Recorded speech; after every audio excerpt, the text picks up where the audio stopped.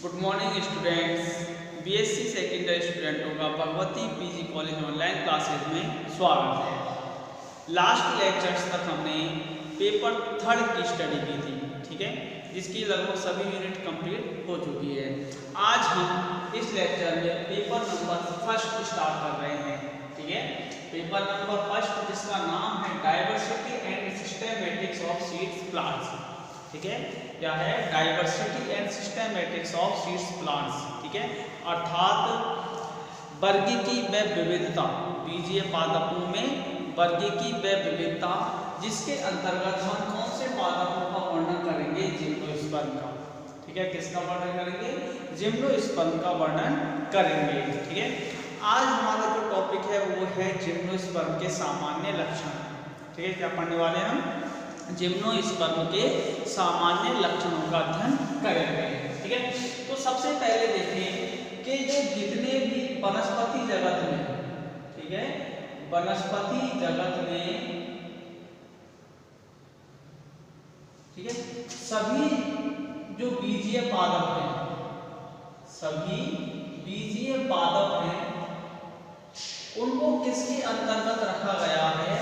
उनको रखा गया है डिवीजन स्पर्मेटोफाइटा में, ठीक है। किसमें रखा गया है? डिवीजन स्पर्मेटोफाइटा में रखा गया है, ठीक है। कौन से डिवीजन में रखा गया है? सभी जितने भी बीजीय पादप पाए जाते हैं, बीज युक्त प्लांट जो होते हैं, उनको कौन से डिवीजन के अंतर्गत रखा गया है? स्पर्मेटोफाइटा के अंतर्गत रखा गया है। स्पर्मेटोफाइटा दो शब्दों से मिलकर बना है, ठीक है। कितने शब्दों से मिलकर बना है? दो शब्दों से मिलकर बना है। एक तो पहला जो शब्द है वह है स्पर्मा, ठीक है, पहला शब्द स्पर्मा, तथा दूसरा शब्द है वह है फाइटोन, ठीक है। दूसरा शब्द क्या है? फाइटोन। स्पर्मा का अर्थ होता है सीड, ठीक है। स्पर्मा का अर्थ क्या होता है? सीड होता है, तथा फाइटोन का अर्थ क्या होता है? प्लांट। फाइटोन का अर्थ क्या होता है? प्लांट। अर्थात सीड्स प्लांट्स, ठीक है। कौन से प्लांट? सीड्स प्लांट, अर्थात बीजीय पादप, ठीक है। कौन से पादप? बीजीय पादप। इनसे मिलकर स्पर्मेटोफाइटा डिवीजन बनाया गया है। बीजीय पादपों के अंतर्गत दो सब डिविजन्स आते हैं, ठीक है। दो वर्ग सम्मिलित किए गए हैं, दो पादप समूह सम्मिलित किए गए हैं बीजीय पादपों के अंतर्गत या स्पर्मेटोफाइटा के अंतर्गत। पहला जो वर्ग है वह क्या कहलाता है? जिम्नोस्पर्म, ठीक है। पहला वर्ग क्या है? जिम्नोस्पर्म, तथा दूसरा वर्ग क्या है? एंजियोस्पर्म, ठीक है। कौन सा? एंजियोस्पर्म। जिम्नोस्पर्म और एंजियोस्पर्म जो है वो कैसे प्लांट्स है? सीड्स प्लांट्स कहलाते हैं, ठीक है। हमको इस पेपर में, ठीक है, पेपर जो फर्स्ट है उसमें किसका अध्ययन करना है? जिम्नोस्पर्म पादपों का अध्ययन करना है, ठीक है। जिम्नोस्पर्म शब्द देखें तो जिम्नोस्पर्म शब्द लैटिन भाषा के दो शब्दों से मिलकर बना है, ठीक है। लैटिन भाषा के दो शब्दों से मिलकर बना है जिम्नोस्पर्म शब्द। पहला जो शब्द है वो है जिम्नो, ठीक है। क्या है? जिम्नो। तथा दूसरा जो शब्द है वह क्या है? स्पर्मा, ठीक है। क्या है? स्पर्मा। जिम्नो का अर्थ होता है नेक, ठीक है। जिम्नो का अर्थ क्या होता है? नेक होता है, जिसको क्या कहते हैं हम हिंदी में? नग्न, ठीक है। क्या कहते हैं? नग्न कहते हैं। दूसरा जो शब्द है वह क्या है? स्पर्मा, जिसका अर्थ अभी बताया मैंने ऊपर क्या होता है? सीड, अर्थात बीज। तो जिम्नोस्पर्म का जो सामूहिक अर्थ होता है वह होता है नग्न बीजीय पादप, ठीक है। इसके अंतर्गत कैसे पादप आते हैं? नग्न बीजीय पादप आते हैं, ठीक है। कैसे पादप आते हैं? नग्न बीजीय पादप आते हैं, या इनको कहते हैं हम अनावृत बीजी, ठीक है। कैसे? अनावृत बीजीय पादप कहते हैं, ठीक है। कौन से पादप कहते हैं? अनावृत बीजीय पादप कहते हैं। तो जिम्नोस्पर्म का जो शब्द निकल कर आया है वो है अनावृत बीजीय पादप। ऐसे पादपों में, ठीक है, जिनमें बीज जो होते हैं, ठीक है, मुख्य रूप से कैसे होते हैं, अनावृत होते हैं या नग्न होते हैं, अर्थात इनके ऊपर किसी भी प्रकार की फल भित्ति का आवरण नहीं पाया जाता है। तो ऐसे बीजों को किसमें शामिल किया गया है, जिम्नोस्पर्म में शामिल किया गया है। ऐसे बीजों को हम नग्न बीजीय पादप कहते हैं। तो ये तो बात हो गई इससे शब्दों से संबंधित, ठीक है। जो हमारा मुख्य टॉपिक है वो क्या है आज का, जिम्नोस्पर्म के सामान्य लक्षण, ठीक है। आज हम जिम्नोस्पर्म पादपों के सामान्य लक्षणों का अध्ययन करेंगे, ठीक है। तो आज का टॉपिक है जिम्नोस्पर्म के सामान्य लक्षण।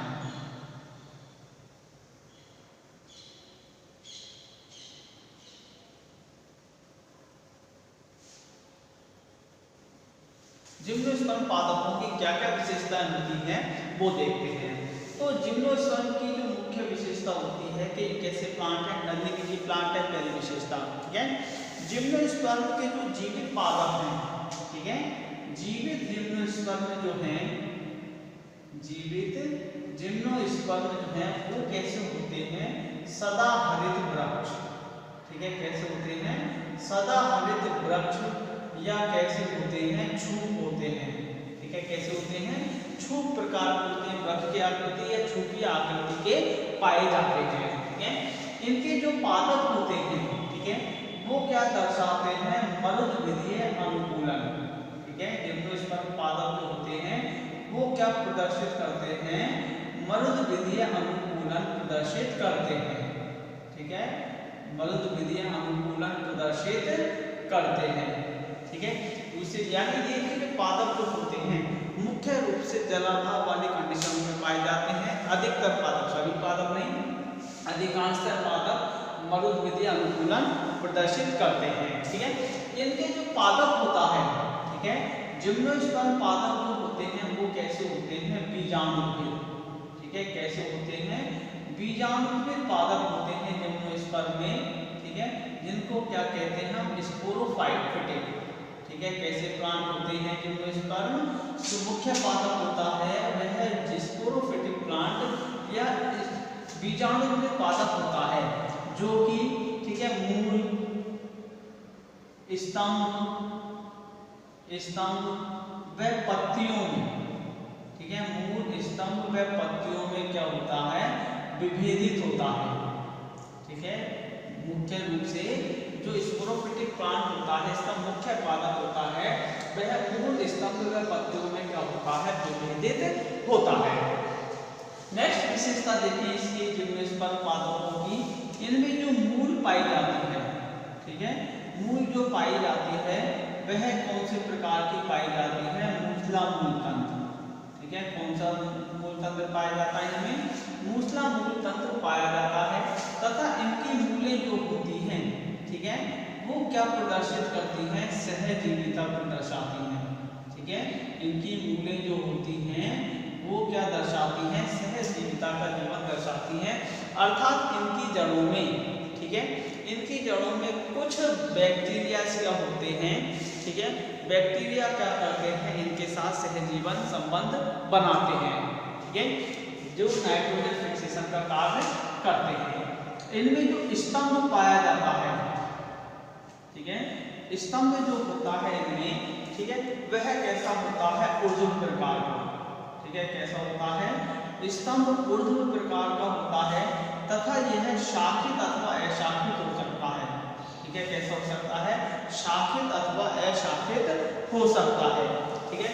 शाखित प्रकार का जो एग्जाम्पल है वो क्या है, साइकस, ठीक है, या ये कहते हैं जो अशाखित जो स्तंभ होता है उसका एग्जाम्पल याद रखना है हमको, वो क्या है, पाइनस, ठीक है, क्या है, पाइनस, ठीक है। तो जो स्तंभ होता है वो ऊर्ध्व प्रकार का होता है, वायवीय होता है, तथा शाखित अथवा अशाखित हो सकता है, यानी अलग अलग जिम्नोस्पर्म में अलग अलग स्थिति पाई जाती है। कुछ जिम्नोस्पर्म के तने शाखित होते हैं तथा कुछ जिम्नोस्पर्म के तने जो होते हैं क्या होते हैं, अशाखित प्रकार के होते हैं, ठीक है। इनके स्तंभों की, जिम्नोस्पर्म के स्तंभों की एक मुख्य विशेषता पाई जाती है, मुख्य प्रमुख, सबसे प्रमुख लाक्षणिक गुण है वो क्या है, इनके स्तंभों पर, ठीक है, स्तंभ पर पर्णदातों, ठीक है, किसकी? पर्णदातों, जिनको क्या बोलते हैं हम? लीफ स्केयर, ठीक है। स्तंभ पर पर्णदातों की उपस्थिति, ठीक है, जिम्नोस्पर्म का क्या है? प्रमुख लाक्षणिक गुण, ठीक है, प्रमुख लाक्षणिक गुण है, प्रमुख लाक्षणिक गुण है। तो याद रख लेना ये, ठीक है, सबसे मुख्य विशेषता है जिम्नोस्पर्म पादपों की, ठीक है, कि इनके स्तंभों पर, ठीक है, क्या पाए जाते हैं? पर्णदार लीफ स्केयर्स पाए जाते हैं। लीफ स्केयर्स क्या होते हैं वो मैं बता दूं आपको, कि जो स्तंभ होता है इन पर क्या होती हैं? पत्तियां लगी होती हैं। क्या लगी होती हैं?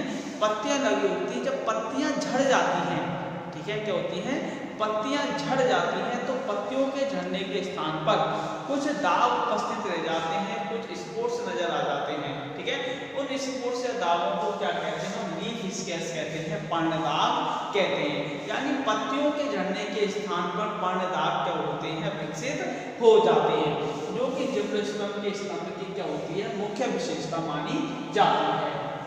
नेक्स्ट देखें कि इनकी जो लीव्स होती हैं, पत्तियां, ठीक है, जिम्नोस्पर्म में मुख्य रूप से कितने प्रकार की पत्तियां पाई जाती हैं? 2 प्रकार की, ठीक है। कितने प्रकार की पत्तियां पाई जाती हैं?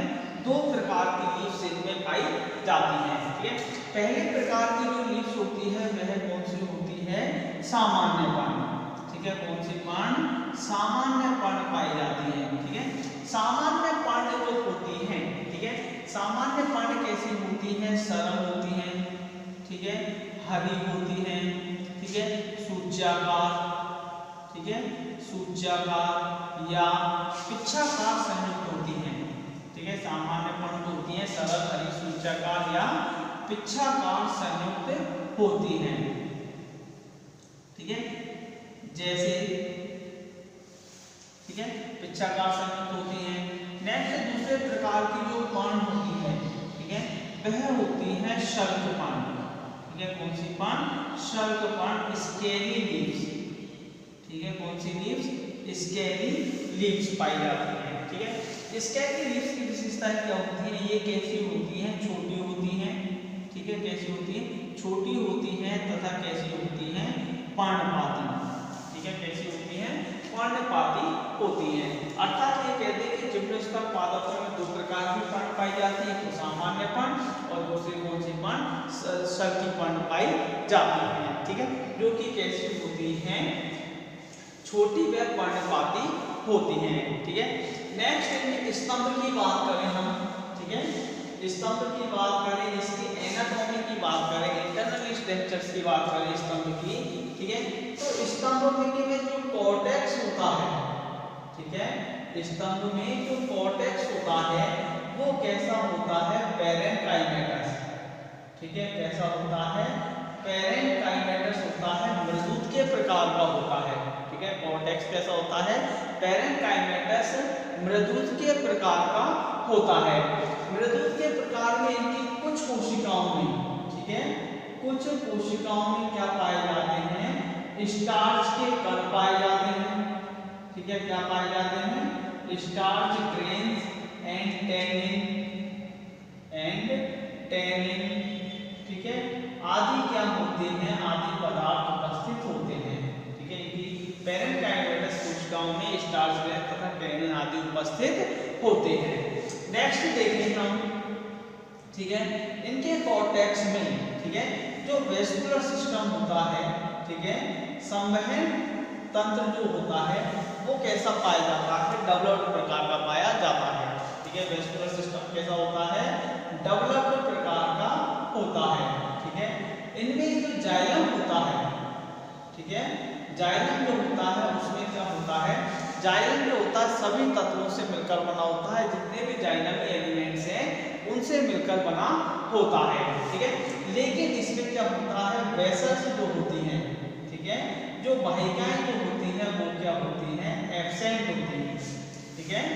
वेसल्स जो होती हैं वो क्या होती हैं? एब्सेंट होती हैं, अनुपस्थित होती हैं। अर्थात इनका जो जाइलम होता है मुख्य रूप से वाहिनिकाओं और जाइलम मृदुतक से निर्मित होता है, ठीक है। 4 तत्व होते हैं जाइलमों में, एक तो होता है वेसल्स वाहिकाएं, बाह्यनिकाय, जाइलम मृदुतक और जाइलम रेशे, ठीक है।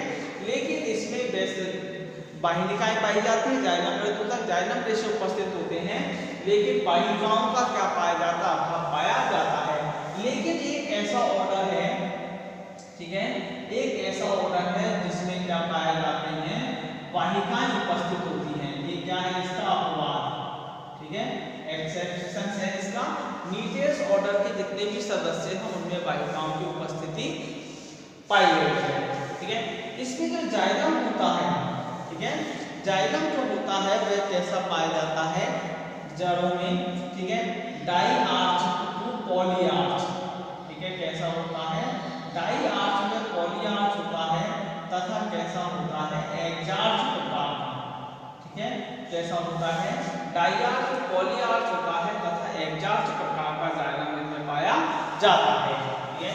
नेक्स्ट फ्लोएम की बात करें, ठीक है, किसकी बात करें हम, फ्लोएम की बात करें, वेस्कुलर सिस्टम्स में हम फ्लोएम देखें तो जिस प्रकार देखो जाइलम जो होता है कुछ तत्वों से मिलकर बना होता है, इनमें वेसल्स जो होती हैं क्या होती हैं, एब्सेंट होती हैं।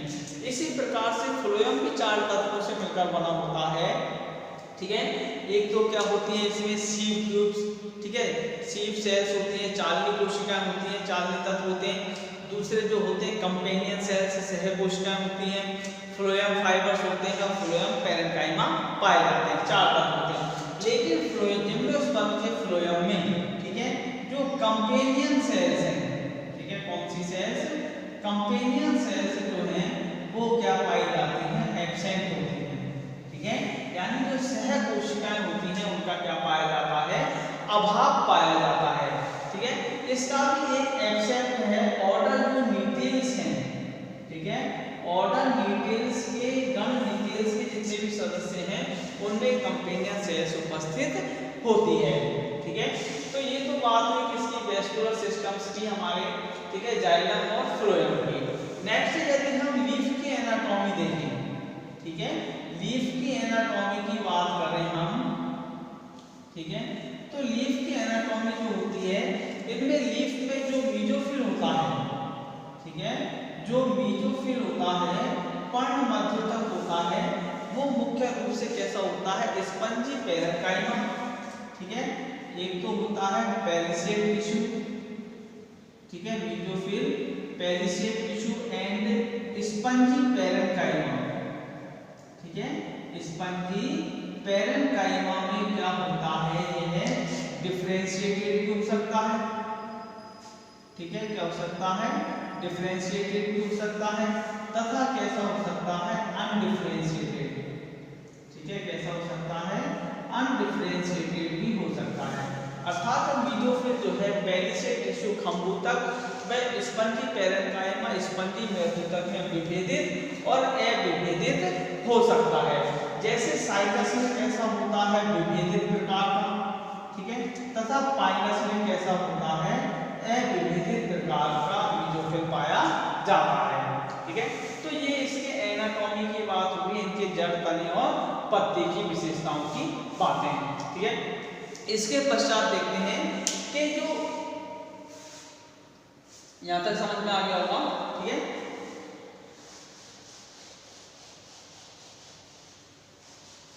नेक्स्ट देखते हैं कि इनके जो स्तंभ होते हैं, ठीक है, स्तंभ में क्या पाई जाती है, स्तंभ में जड़ों में, ठीक है, रूट्स एंड शूट में, स्टेम में क्या पाई जाती है, जिम्नोस्पर्म में द्वितीयक वृद्धि पाई जाती है, ठीक है। जिम्नोस्पर्म जो प्लांट्स होते हैं, ठीक है, इनमें क्या होती है, सेकेंडरी ग्रोथ, ठीक है, सेकेंडरी ग्रोथ क्या होती है, प्रेजेंट होती है, ठीक है, सेकेंडरी ग्रोथ क्या होती है, प्रेजेंट होती है, द्वितीयक वृद्धि पाई जाती है, ठीक है। द्वितीयक वृद्धि किसे कहते हैं, सेकेंडरी ग्रोथ किसे कहते हैं, कि जड़ व तने के आमाप में वृद्धि को, ठीक है, जड़ व तने के आमाप में वृद्धि में, मोटाई में वृद्धि को क्या कहते हैं, जिसके कारण जड़ व तने के व्यास में बढ़ोतरी होती है, ठीक है, व्यास में बढ़ोतरी को या आमाप में वृद्धि को ही क्या कहते हैं, द्वितीयक वृद्धि या सेकेंडरी ग्रोथ कहते हैं, ठीक है। सेकेंडरी ग्रोथ निर्मित होने के कारण, ठीक है, इनमें क्या होता है, एनुअल रिंग, ठीक है, इनका एनुअल रिंग अर्थात वार्षिक वलयों का निर्माण होता है। ठीक है, किसका निर्माण होता है? वार्षिक वलयों का क्या होता है? निर्माण होता है। ठीक है, याद रख लेना, मुख्य विशेषता है सीड्स प्लांट्स की वार्षिक वलयों का निर्माण या सेकेंडरी ग्रोथ की उपस्थिति, इनका मुख्य लक्षण होता है। ठीक है, वार्षिक वलयों का निर्माण होता है, जो स्टेम होता है इनके कारण, सेकेंडरी ग्रोथ के कारण जो स्टेम होता है वो कैसा हो जाता है? वुडी हो जाता है, वुड हो जाता है, काष्ठीय प्रकार का हो जाता है। ठीक है, इनका जो स्टेम हो जाता है वो किस प्रकार का हो जाता है? काष्ठीय प्रकार का हो जाता है, वुड्स लाइक हो जाता है। ठीक है, जिम्नोस्पर्म में मुख्य रूप से द्वितीय वृद्धि के कारण, ठीक है, दो प्रकार की काष्ठ निर्मित होती है। ठीक है, जो वुड्स होती है, ठीक है, काष्ठ होती है, वो कितने प्रकार की होती है? दो प्रकार की निर्मित काष्ठ पाई जाती है। पहली प्रकार की जो काष्ठ होती है वह कैसी होती है? विरल दारू। ठीक है, कौन सी? विरल दारू, जिसको क्या बोलते हैं? मोनोजाइलिक वुड। ठीक है, विरल दारू काष्ठ, ठीक है, मोनोजाइलिक वुड कहते हैं। दूसरे प्रकार की जो काष्ठ होती है उसको कहते हैं हम घन दारू। ठीक है, क्या कहते हैं? घन दारू कहते हैं, जिसको इंग्लिश में क्या कहते हैं? Pycnoxylic would. ठीक है, कौन सी वुड? पिक्नोजाइलिक वुड कहते हैं। बहुत ही अच्छा क्वेश्चन है, यहाँ से आता है कि मोनोजाइलिक वुड और पिक्नोजाइलिक वुड किसे कहते हैं। ठीक है, मोनोजाइलिक वुड या पिक्नोजाइलिक वुड किसे कहते हैं, इन्हीं नाम से क्वेश्चन आएगा आपका। 5 नंबर का क्वेश्चन है, 2.5 नंबर की शॉर्ट नोट्स आते हैं। ठीक है, मोनोजाइलिक वुड किसे कहते हैं? कि वह काष्ठ, ठीक है, वह काष्ठ जिसमें कॉर्टेक्स व एधा, ठीक है, कॉर्टेक्स व कैम्बियम, ठीक है, कैम्बियम को क्या बोलते हैं? एधा बोलते हैं, कॉर्टेक्स को बल्ब। कॉर्टेक्स व जो कैम्बियम होते हैं वो कैसे होते हैं? Well developed. ठीक है, कैसे होते हैं? वेल डेवलप्ड होते हैं, सुविकसित होते हैं। ठीक है, वे है काष्ठ जिसमें बल्कुट व एधा सुविकसित होते हैं तथा जो मज्जा रश्मियां होती हैं, ठीक है, क्या होती हैं? मज्जा रश्मियां होती हैं। ठीक है, इनको क्या कहते हैं हम? Medullary rays. ठीक है, क्या कहते हैं? मेडुलरी रेज कहते हैं। ये जो होती हैं चौड़ी होती हैं। ठीक है, कैसी होती हैं? चौड़ी रूप से क्या होती हैं? व्यवस्थित होती हैं। ठीक है, चौड़े रूप में क्या होती हैं? व्यवस्थित होती हैं, जिसके कारण, ठीक है, जिसके कारण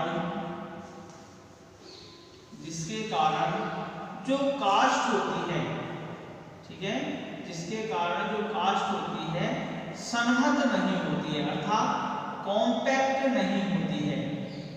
ठीक है, कॉम्पैक्ट नहीं होती है।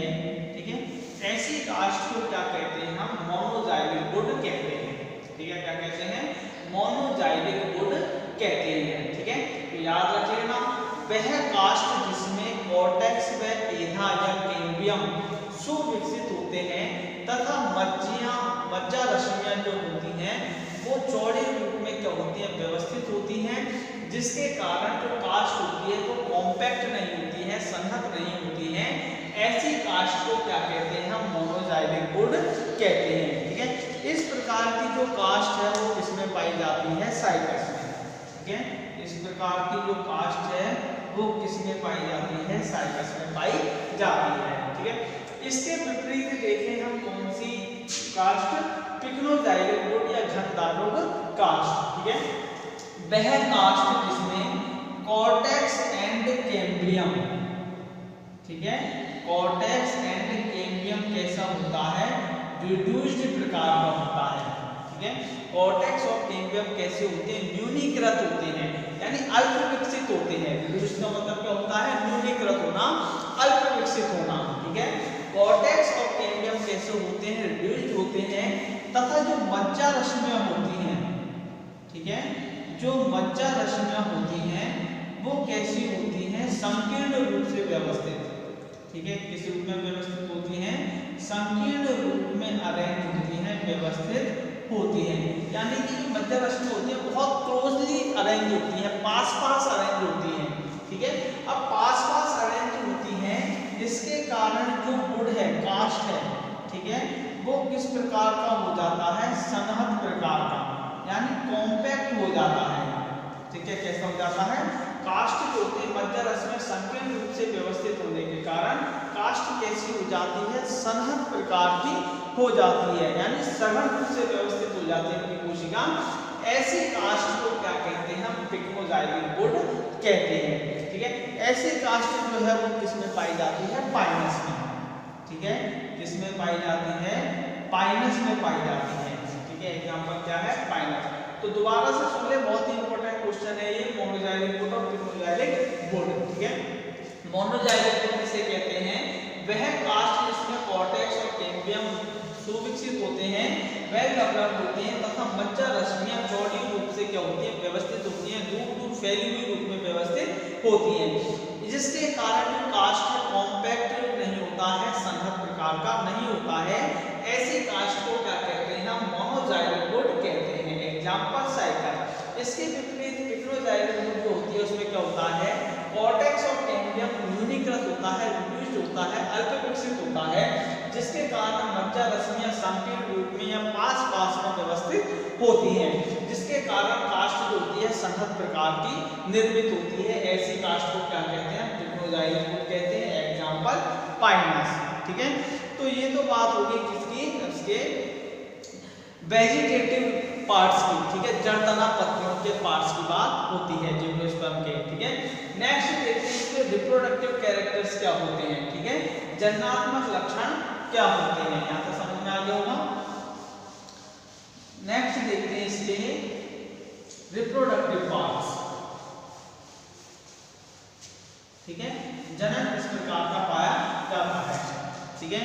तो जनन में देखिए हम, ठीक है, तो इसके जो प्राण होते हैं, जिम्नोस्पर्म जो होते हैं, ठीक है, जिम्नोस्पर्म जो प्लांट्स होते हैं वो कैसे होते हैं, विषम बीजाणु, ठीक है, कैसे होते हैं, विषम बीजाणु होते हैं। जितने भी जिम्नोस्पर्म होते हैं वो कैसे होते हैं, विषम बीजाणु होते हैं, अर्थात कैसे होते हैं, हेटेरोस्पोरस, ठीक है, कैसे होते हैं, हेटेरोस्पोरस होते हैं, विषम बीजाणु प्रकार के होते हैं। विषम बीजाणु पादप किसे कहते हैं, कि वे पादप, ठीक है, जिनमें दो प्रकार के बीजाणु, ठीक है, कितने प्रकार के, दो प्रकार के बीजाणु, लघु बीजाणु तथा गुरु बीजाणु निर्मित होते हैं। ऐसे पादपों को क्या कहा जाता है, विषम बीजाणु पादप कहते हैं, ठीक है। अब विषम बीजाणु पादप हैं, ठीक है, ये विषम बीजाणु पादप जो है कोई विशिष्ट जननात्मक संरचनाओं पर निर्मित होते हैं, ठीक है। अब इसमें कितने प्रकार के बीजाणु पाए जाते हैं, विषम बीजाणु पादपों में दो प्रकार के बीजाणु निर्मित होते हैं। एक तो होते हैं लघु बीजाणु, ठीक है, कौन से बीजाणु, लघु बीजाणु, और दूसरे जो होते हैं वो कौन से होते हैं, गुरु बीजाणु होते हैं, ठीक है, माइक्रोस्पोर एंड मेगास्पोर, ठीक है, माइक्रोस्पोर एंड मेगास्पोर, ठीक है, माइक्रोस्पोर एंड मेगास्पोर, ठीक है। ये जो होते हैं, ठीक है, इनका जो निर्माण होता है, ठीक है, वो क्या कौन से संरचनाओं पर होता है, शंकु संरचनाओं पर, क्या होता है, शंकु संरचनाओं पर होता है। इन पादपों में, जिम्नोस्पर्म पादपों में दो प्रकार के शंकु पाए जाते हैं। एक तो कहलाते हैं नर शंकु, ठीक है, और दूसरे क्या कहलाते हैं, मादा शंकु, ठीक है, क्या कहलाते हैं, मादा शंकु कहलाते हैं, ठीक है। नर शंकु जो होते हैं, ठीक है, वह किससे निर्मित होते हैं, लघु बीजाणु पर्णों से, ठीक है, किससे निर्मित होते हैं, लघु बीजाणु पर्ण से निर्मित होते हैं, ठीक है। और इसी प्रकार से मादा शंकु जो होते हैं वो किससे निर्मित होते हैं, गुरु बीजाणु पर्ण से निर्मित होते हैं, ठीक है, किससे निर्मित होते हैं, गुरु बीजाणु पर्ण से निर्मित होते हैं। लघु बीजाणु पर्ण पर, ठीक है, लघु बीजाणु पर्ण की अपाक्ष सतह पर या ऊपरी सतह पर बीजाणु धानियां विकसित होती हैं। लघु बीजाणु पर्ण पर विकसित बीजाणु धानियों को क्या कहते हैं, हम लघु बीजाणु धानी, ठीक है, क्या कहते हैं, लघु बीजाणु धानी कहते हैं। तथा गुरु बीजाणु पर्ण पर विकसित बीजाणु धानियों को क्या कहते हैं, हम गुरु बीजाणु धानी, ठीक है, क्या कहते हैं, गुरु बीजाणु धानी कहते हैं, ठीक है। लघु बीजाणु धानी के अंदर किसका निर्माण होता है, लघु बीजाणुओं का निर्माण होता है। ठीक है, किसका निर्माण होता है? लघु बीजाणुओं का निर्माण होता है। जबकि गुरु बीजाणु धानी के अंदर किसका निर्माण होता है? गुरु बीजाणुओं का निर्माण होता है। ठीक है, किसका निर्माण होता है? गुरु बीजाणुओं का निर्माण होता है। ठीक है, लघु बीजाणु आगे जाकर अंकुरित होकर या डेवलपमेंट के द्वारा, ठीक है, विकास के द्वारा लघु बीजाणु तो किसका निर्माण करते हैं? नर युग्मकोद्भिद का निर्माण करते हैं। ठीक है, किसका निर्माण करते हैं? मेल गैमेटोफाइट्स का निर्माण करते हैं। जबकि गुरु बीजाणु जो है आगे जाकर डेवलपमेंट के द्वारा, विकास के द्वारा, अंकुरण के द्वारा, ठीक है, किसका निर्माण करते हैं? मादा युग्मकोद्भिद का निर्माण करते हैं। ठीक है, किसका निर्माण करते हैं? मादा युग्मकोद्भिद का निर्माण करते हैं। ठीक है, नर युग्मकोद्भिद आगे के अंदर किसका निर्माण होता है? पुंधानी का निर्माण होता है। ठीक है, किसका निर्माण होता है? पुंधानी का निर्माण होता है। परागपुष्टीय संरचनाओं का निर्माण होता है। जबकि मादा युग्मकोद्भिद के अंदर किसका निर्माण होता है? स्त्री धानी का निर्माण होता है। ठीक है, किसका निर्माण होगा? स्त्री धानी का निर्माण होता। पुंधानी के अंदर किसका निर्माण होता है? नर युग्मक निर्मित होते हैं तथा स्त्री धानी के अंदर किसका निर्माण होता है? मादा युग्मक का निर्माण होता है, जिसको क्या कहते हैं? हम एग कहते हैं। तो इस प्रकार से इसमें की प्रोसेस होती है रिप्रोडक्शन की, जिससे के कारण नर युग्मक और मादा युग्मक क्या होते हैं? विकसित होते हैं। ठीक है, नेक्स्ट देखें कि इनमें जो बीजांड होता है, ठीक है, इन पादपों में जो बीजांड निर्मित होता है, ठीक है, वो कैसा होता है? ऋजु प्रकार का। ठीक है, कौन से प्रकार का होता है? बीजांड में ऋजु प्रकार का निर्मित होता है, जिसको बोलते हैं ऑर्थोट्रोपस। ठीक है, कौन से प्रकार का ओव्यूल पाया जाता है? इनमें ऑर्थोट्रोपस अर्थात ऋजु प्रकार का बीजांड होता है। ठीक है, बीजांड कौन सी संरचना है? इसका जो गुरु बीजाणु धानी होती है ना, वो बीजांड के रूप में क्या करती है? कार्य करती है। ठीक है, नेक्स्ट जो होता है नर युग्मक मादा युग्मक के पश्चात क्या पाया जाता है? निषेचन। ठीक है, क्या होता है? निषेचन। निषेचन में क्या होता है? जो नर युग्मक होते हैं ना, ठीक है, नर युग्मक जो होते हैं, ठीक है, किसके द्वारा? पराग नलिका के द्वारा। ठीक है, किसके द्वारा? पराग नलिका के द्वारा, ठीक है, क्या करते हैं? स्त्री धानी के अंदर या बीजांड में, बीजांडोत्सर्ग अवस्था में क्या करते हैं? प्रवेश करते हैं।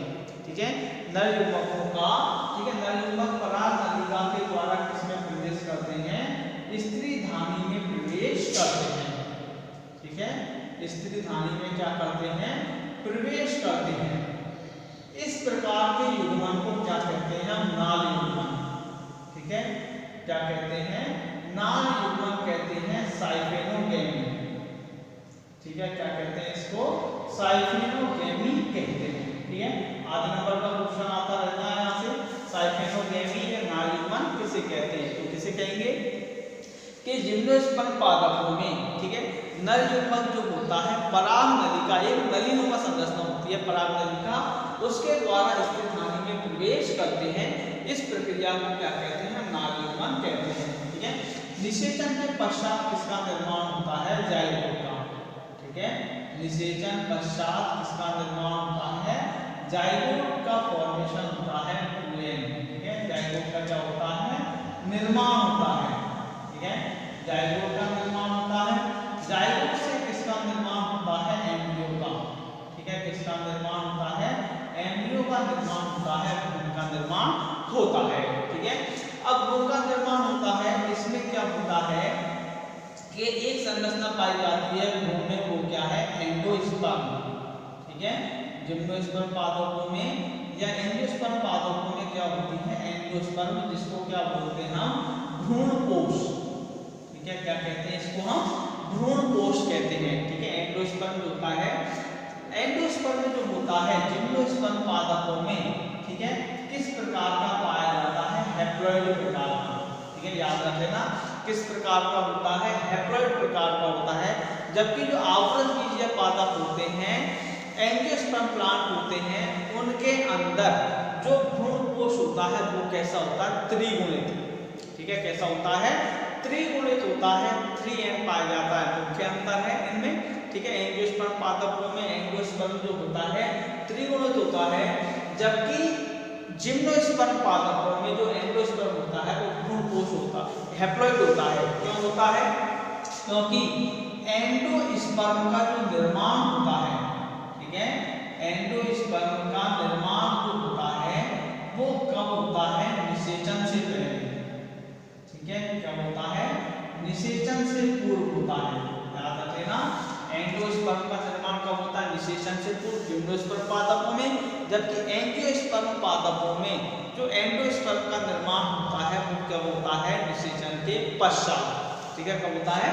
निषेचन के पश्चात। इसलिए एंडोस्पर्म यहाँ पर कैसा होता है? हैप्लॉइड प्रकार का पाया जाता है। जिम्नोस्पर्म पादपों में, ठीक है, डबल फर्टिलाइजेशन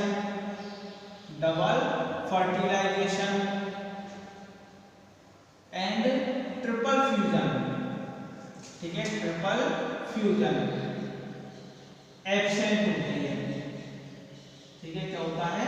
एब्सेंट होता है। तुमने पढ़ा होगा 12th की बुक में, ठीक है, 12th में, कि एंजियोस्पर्म पादपों में निषेचन के समय दो प्रकार का फर्टिलाइजेशन होता है, एक तो डबल फर्टिलाइजेशन और दूसरा क्या होता है? ट्रिपल फ्यूजन, त्रिसंलयन, द्विनिषेचन और त्रिसंलयन होता है, जिसके कारण ही भ्रूणकोश का निर्माण त्रिगुणित होता है। जबकि इसमें जिम्नोस्पर्म पादपों में इस प्रकार की कोई भी विशेषता नहीं होती है, डबल फर्टिलाइजेशन, ट्रिपल फ्यूजन नहीं पाया जाता है, इसलिए एंडोस्पर्म का निर्माण निषेचन से पूर्व हो जाता है। इसलिए एंडोस्पर्म कैसा होता है? हैप्लॉइड प्रकार का होता है, ठीक है। नेक्स्ट देखें कि जिम्नोस्पर्म पादपों में, ठीक है, अंडाशय जैसी कोई भी संरचना नहीं होती है, ठीक है, अंडाशय का निर्माण नहीं होता है, ठीक है। जिम्नोस्पर्म पादपों में अंडाशय का निर्माण नहीं होता है। अब अंडाशय नहीं बनते तो फल का निर्माण भी नहीं होता है, ठीक है। फल का निर्माण किसके द्वारा होता है? अंडाशय के द्वारा। जब अंडाशय का निर्माण नहीं हो रहा तो जिम्नोस्पर्म पादपों में फलों का निर्माण भी नहीं होता है, ठीक है। अब अंडाशय का निर्माण नहीं होने के कारण बीजों के ऊपर किसी भी प्रकार का, ठीक है, बीज के ऊपर, ठीक है, किसी भी प्रकार का आवरण नहीं पाया जाता। बीज जो होते हैं कैसे होते हैं? नग्न होते हैं, ठीक है। बीज कैसे होते हैं? इसी कारण बीज कैसे होते हैं? नग्न प्रकार के होते हैं, ठीक है। इनके ऊपर किसी भी प्रकार के फल भूसे का आवरण नहीं पाया जाता है, ठीक है। नेक्स्ट देखें कि जो बीजांड का आवरण होता है, बीजांडावरण जो होता है, ठीक है, यही आगे चलकर बीज के किसका निर्माण करते हैं? बीज चोल का निर्माण, ठीक है। किसका निर्माण करते हैं? बीज चोल का निर्माण करते हैं, सीड कोड का निर्माण करते हैं। बीज के ऊपर क्या होता है? अध्यावरण होता है। बीजांड के ऊपर, बीजांड के ऊपर एक अध्यावरण पाया जाता है, ठीक है, जिसको क्या बोलते हैं? इंटीग्यूमेंट्स, ठीक है। ये इंटीग्यूमेंट्स किसमें मॉडिफाई हो जाते हैं? बीज चोल सीड कोड में मॉडिफाई हो जाते हैं। नेक्स्ट विशेषता देते हैं जिम्नोस्पर्म पादपों में। तो मुख्य विशेषता यह है, जिम्नोस्पर्म पादपों में क्या पाई जाती है? पॉलीएम्ब्रियोनी, ठीक है, पॉलीएम्ब्रियोनी विशेषता पाई जाती है। बहुभ्रूणता, ठीक है, कौन सी विशेषता पाई जाती है? पॉलीएम्ब्रियो में बहुभ्रूणता प्रेजेंट होती है, ठीक है। नेक्स्ट लास्ट लक्षण जो है, जिम्नोस्पर्म पादपों में कौन सा पीढ़ी एकांतरण पाया जाता है? विषम एकांतरित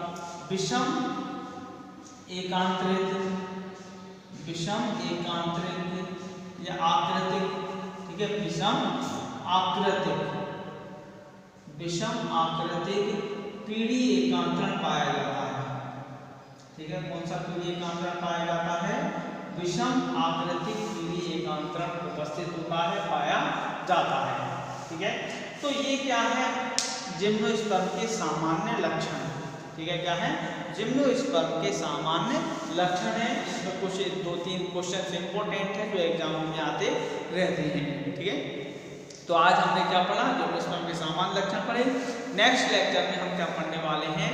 जिम्नोस्पर्म का क्लासिफिकेशन, वर्गीकरण, ठीक है। अलग अलग वैज्ञानिकों के अनुसार अलग अलग वर्गीकरण का अध्ययन करेंगे।